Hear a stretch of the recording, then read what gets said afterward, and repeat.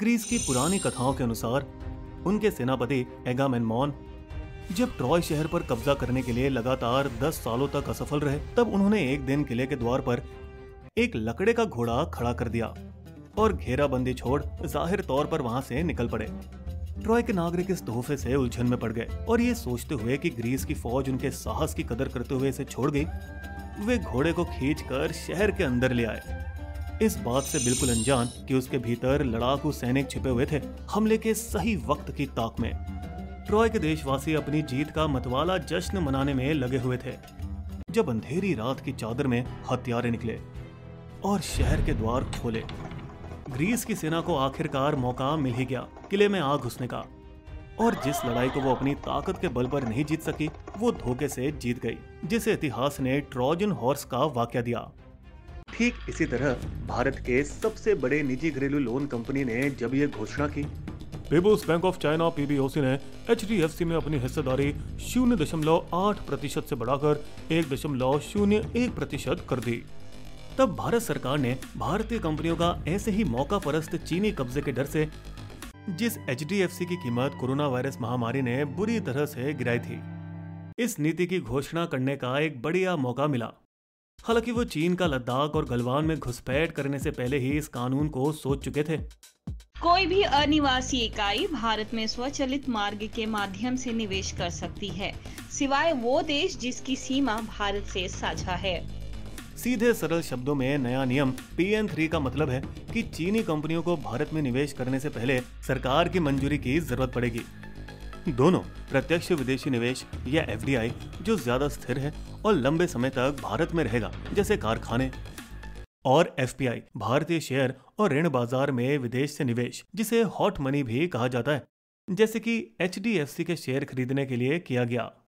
अन्य देशों की कंपनियों को भारत में निवेश करने के लिए अनुमति की कोई आवश्यकता नहीं, सिवाय रक्षा, अंतरिक्ष और परमाणु ऊर्जा के क्षेत्रों को छोड़कर।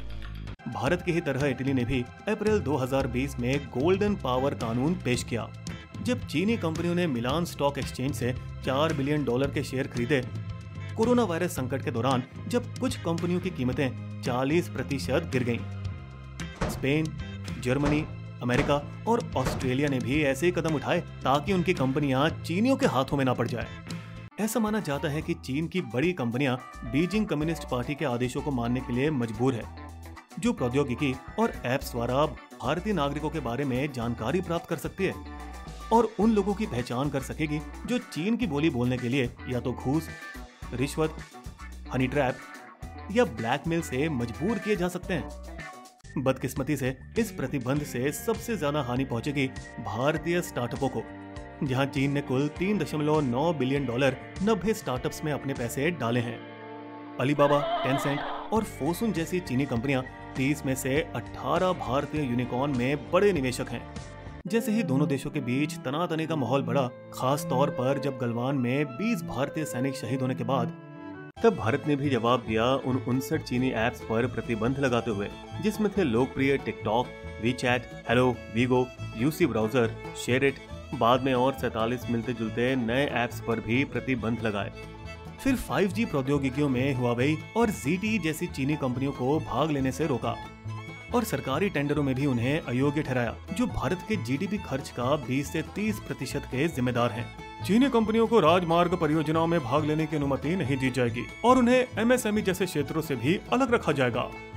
सरकार को इस बात का एहसास है कि अगर चीन के साथ सारा व्यापार रोका जाए तो इससे भारत को ही नुकसान होगा, जिस वजह से प्रधानमंत्री नरेंद्र मोदी ने दूर की सोची, हमें आत्मनिर्भर बनना होगा, जो असल में भारतीय निर्माताओं को प्रोत्साहन करने का एक ऐलान है, जो चीन के साथ $48 बिलियन का व्यापार घाटा चलाते हैं, बड़ी मात्रा में मझले अंग आयात करके। जैसे 95% वॉशिंग मशीन के पार्ट चीन से आते हैं, पेनिसिलिन और एजिथ्रोमाइसिन 80 से 95%, स्मार्टफोन्स और एयरकॉन्स के लिए कंप्रेशर्स 80%, दवा के लिए सक्रिय सामग्री यानी API 68%, furniture 57%, electronics 45%, smart TV और कार्बनिक रसायन 48%, मशीनरी 32%, खाद्य 28%, वाहन के पुर्जे और टेलीकॉम उपकरण 25% और 600 में से 130 हवाई जहाज भी चीन से भाड़े पर लिए गए हैं 22%। इससे पहले भी 2017 डोकलाम घटना के बाद भारत ने कसम खाई थी कि वो चीन से दवाई सामग्री API का कम आयात करेगा, लेकिन कुछ पाबंदी के बाद वही अब 28% बढ़ा है और कुछ फार्मा आइटम्स तो 58% बढ़े। हालांकि सभी चीनी चीजें राष्ट्रीय सुरक्षा पर खतरा नहीं, कई तो अर्थव्यवस्था के लिए फायदेमंद है और नौकरियां उत्पन्न करती हैं। सैक मोटर्स अपने ब्रिटिश ब्रांड MG मोटर्स के तहत गुजरात हलोल में 1700 रोजगार दिए हैं, जबकि ग्रेट वॉल मोटर्स तलेगांव ने महाराष्ट्र में 7500 करोड़ रुपए के निवेश करने की योजना बनाई थी, जिससे 3000 नौकरियां पैदा होती। अब ये भी रोका गया है। 50,000 भारतीय नौकरियों पर खतरा मंडरा रहा है, जब चीनी मोबाइल फोन कंपनियां जैसे वीवो और ओप्पो की आपूर्ति श्रृंखला में गड़बड़ी होगी। ये चीनी मोबाइल कंपनियां भारतीय बाजार में 75% हिस्सेदारी के मालिक हैं और फोन का 2/3 हिस्सा अब भारत में ही निर्माण करती हैं। उदाहरण के लिए Xiaomi, जो भारत में 7 कारखाने डाल चुकी है, जिनमें 95% महिलाएं काम करती हैं, जिसमें से कई अब बेरोजगारी के खतरे में हैं। चीनी कंपनी के भारतीय प्रमुख चीनी FDI को प्रतिबंधित करने की विडंबना बताते हैं। US ब्रांडेड फोन 100% चीन में ही बनाया जाता है, जबकि तथाकथित भारतीय ब्रांड बस लोगो बदलकर उसे भारतीय फोन का नाम दे देता है। जैसे अमेरिका ने अपने ब्रॉडबैंड नेटवर्क में हुआवेई 5G उपकरणों के इस्तेमाल पर प्रतिबंध लगा दिया और चीनी कंपनी को अपने शीर्ष चिप मेकर फेयरचाइल्ड का अधिग्रहण करने से मना किया। भारत को भी अपनी रणनीतिक महत्वपूर्ण कंपनियों की सूची बना लेनी चाहिए, जिसकी खरीदारी प्रतिबंधित हो, चाहे वो हो चीनी या कोई और देश। लेकिन हर चीनी निवेश पर प्रतिबंध रखना शायद इस समय के लिए गलत दवा है, खासकर जब लॉकडाउन ने नौकरी बाजार को नष्ट किया है। वैसे समुद्री सतह में तैरने वाली मछली पकड़ना या बॉटम फिशिंग आम व्यापारी अभ्यास रहा है, यानी उन संपत्तियों को खरीदना जिसका मूल्य किसी कारण से गिरा हो, मगर है वो बढ़िया चीज। महिंद्रा का 2011 दक्षिण कोरिया में सांगयोंग का अधिग्रहण और टाटा का ब्रिटेन के जैगुआर लैंड रोवर की बिक्री भी विपरीत परिस्थिति के कारण कम दाम में बेची गई। लेकिन अब चीन में भरोसा न रहने की वजह से भारत ने ये सारे कदम उठाए। इससे पहले भारत ने चीन के अंतर्राष्ट्रीय परियोजना बेल्ट एंड रोड इनिशिएटिव में भाग नहीं लिया, RCEP में शामिल होने से इनकार किया, क्षेत्रीय व्यापक आर्थिक साझेदारी जिससे एशिया एक कर मुक्त क्षेत्र बनता। बहुत विचार विमर्श के बाद ही हुआवेई को भारत में 5G परीक्षणों की अनुमति दी और 2017 में हैदराबाद स्थित चिकित्सक फर्म ग्लैंड फार्मा को फोसुन द्वारा $1.1 बिलियन में बिकने की मंजूरी दी। हालांकि भारत में चीन का निवेश अभी भी बहुत कम है, सिर्फ 114 श्रेणी 1 FPI पंजीकृत है, जबकि अकेले अमेरिका के हैं 2867। अब जब सीधे तरह से वो भारत में निवेश नहीं कर सकते और अगर अमेरिका से आना चाहेंगे फिर भी वे नाकामयाब रहेंगे, क्योंकि भारत ने लाभकारी मालिकों के नामों का खुलासा करना अनिवार्य कर दिया है। संपत्ति या निवेश का अंतिम लाभार्थी कौन है, ये अक्सर कागजों के बीच कहीं छिपा हुआ होता है और विभिन्न कर मुक्त ऑफ शेयर संस्थाओं में बिखरा। दुर्भाग्य से अलग अलग कानूनों में शब्द की अलग अलग परिभाषा है, जिन्हें सरकार मानकीकरण करे तो अच्छा रहेगा। कंपनी अधिनियम 2013 की धारा 90 के तहत लाभकारी मालिक 25% हिस्सा रखने पर कहलवाता है। सेबी के हिसाब से 10% है, जबकि मनी लॉन्ड्रिंग एक्ट में साफ साफ नहीं बताया गया। और भले ही चीनी निवेश संस्थाएं चाइना कॉर्प, CIC, ICBC और सैफ मिलकर कुल $4.5 ट्रिलियन का प्रबंधन करते हैं, फिर भी कुल मिलाकर भारत में उनका वास्तविक निवेश लगभग 18 से 22 बिलियन डॉलर के बीच है। $4.4 बिलियन विदेशी प्रत्यक्ष निवेश के माध्यम से 3 से 3.5 बिलियन PBOC द्वारा शेयर और बॉन्ड में, जिसमें है HDFC bank, Ambuja cement, Piramal enterprise और एक सूचीबद्ध खाद कंपनी। 4 बिलियन भारतीय स्टार्टअप में और 4.2 बिलियन हांगकांग के माध्यम से, ज्यादातर भारतीय शेयर बाजार में। अन्य देश भी अपने पैसे भारतीय कंपनियों में निवेश करते हैं। सिंगापुर सरकार का भारतीय कंपनियों में कुल 3.23% हिस्सा है, जबकि अबू धाबी निवेश प्रतिग्रहण 1% से अधिक। चीनी इस अवनति को ज्यादा महत्व नहीं देना चाहता और विदेश मंत्रालय के नियमित ब्रीफिंग में इस मुद्दे का जिक्र तक नहीं किया और बयान नई दिल्ली में अपने भारतीय दूतावास पर छोड़ दिया। भारत ने विश्व व्यापार संगठन के सिद्धांत का उल्लंघन किया है। हमें उम्मीद है कि नई दिल्ली में बैठी सरकार विभिन्न देशों के समान चीन से भी वही बर्ताव करेगी। बिना रुकावट के चीन भारत को एंटीबॉडी किट, थर्मोमीटर और PPE का 390 टन चिकित्सा आपूर्ति देता रहा।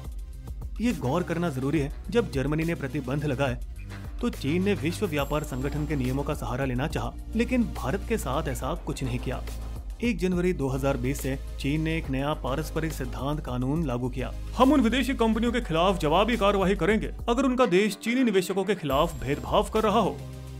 हालांकि 2018 तक भारतीय कंपनियों ने चीन में सिर्फ 1.09 बिलियन या 8,000 करोड़ का निवेश किया था। IT और कृषि कंपनियों ने अरसों से चीन के बाजार में लगाए प्रतिबंधों की शिकायत की है, इसलिए उनका पारस्परिक कानून भारत पर ना के बराबर असर करेगा। वास्तव में भारत के नए प्रतिबंध चीनी कंपनियों को बेहतर शर्त और प्रौद्योगिकी ट्रांसफर या लाइसेंसिंग करने पर मजबूर कर सकता है। दूसरी ओर जितना चीन भारत में निवेश करता जाएगा उतना ही भारत चीन पर हावी होता जाएगा, क्योंकि अगर वो कोई कानून बदलता है तो जिसने पैसे डाले हैं उसी को सबसे भारी पड़ेगा। वैसे भारत का इतिहास ये बताता है कि वे पहले विदेशी निवेशकों का खुलेआम स्वागत करते हैं, पर फिर उनका बुरा हाल भी बना सकते हैं। ये बात आप वॉलमार्ट से ही पूछ लें, जिसने भारतीय बाजार पर कब्जा करने की उम्मीद में $16 बिलियन में फ्लिपकार्ट को खरीदा। और जब ऐसा लग रहा था कि वॉलमार्ट और अमेजन भारत के ई-कॉमर्स पर छा जाएगा, तो सरकार ने खाद्य खुदरा क्षेत्र में 100% FDI के नियमों और कुछ अन्य कानून भी बदलकर लोकल कंपनियों की तरफदारी की।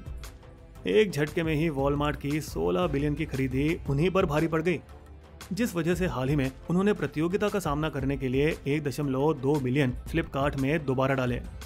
वोडाफोन ने जब उच्चतम न्यायालय में पूंजीगत लाभ पर 2 बिलियन के विवाद में जीत हासिल की, तब सरकार ने पूर्वव्यापी प्रभाव से कानून बदला, जिससे वोडाफोन फिर से उत्तरदायी बन गया। नोकिया ने तमिलनाडु में एक विशाल फोन हैंडसेट फैक्ट्री का निर्माण किया, लेकिन सरकार ने 2018 में 10,000 करोड़ कर के तौर पे मांगा, जिसके बाद उन्होंने 1,600 में समझौता किया, मगर तब तक नोकिया फैक्ट्री ही बंद हो गई। पूरा निवेश पानी में। 1950 के दशक में थे बुरमा शेल, एसो, कैलटेक्स। 1970 के दशक में IBM और कोका कोला। ये कहना गलत नहीं होगा कि विदेशी निवेशक भारत में निवेश करते समय अधिक जोखिम उठाते हैं। तो क्या हुआ अगर चीनी के निवेशक वास्तव में चीनी कम्युनिस्ट पार्टी है? अगली बार जब भारत एक विदेशी निवेशक को ठीक करेगा, शायद वो कम्युनिस्ट पार्टी हो सकता है। ये सच तब साबित हुआ जब भारत ने चीनी ऐप्स पर प्रतिबंध लगाया, विशेष रूप से टिकटॉक, जो कि बीटे डांस का सबसे बड़ा मार्केट था, जिससे बीजिंग गुस्से में आग बबूला हो गया। फिर पीपुल्स बैंक ऑफ चाइना ने चुपचाप HDFC में अपनी हिस्सेदारी 1% से कम की, ताकि वो सार्वजनिक घोषणा करने से बच सके। वैसे ही चुप्पा चुप्पी में सेबी ने PBOC का निवेश लाइसेंस 3 साल बढ़ा दिया।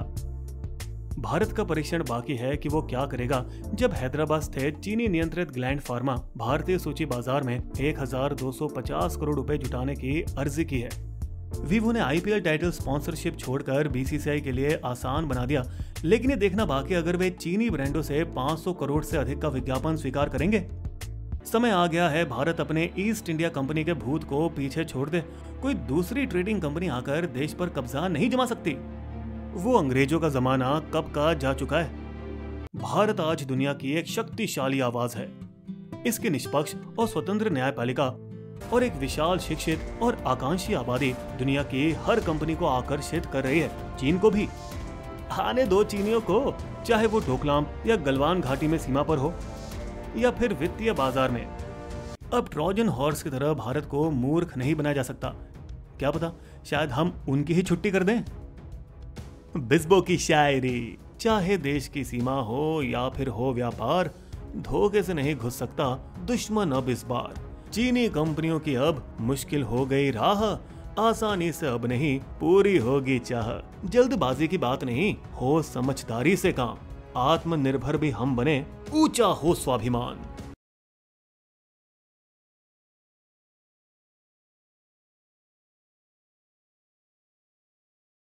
अगर आपको हमारी वीडियो पसंद आए तो सब्सक्राइब करें हमारे YouTube चैनल को और पेज पर बने बेल आइकन को क्लिक जरूर कीजिएगा, ताकि आपको हमारे लेटेस्ट वीडियो की जानकारी आसानी से मिल सके। धन्यवाद।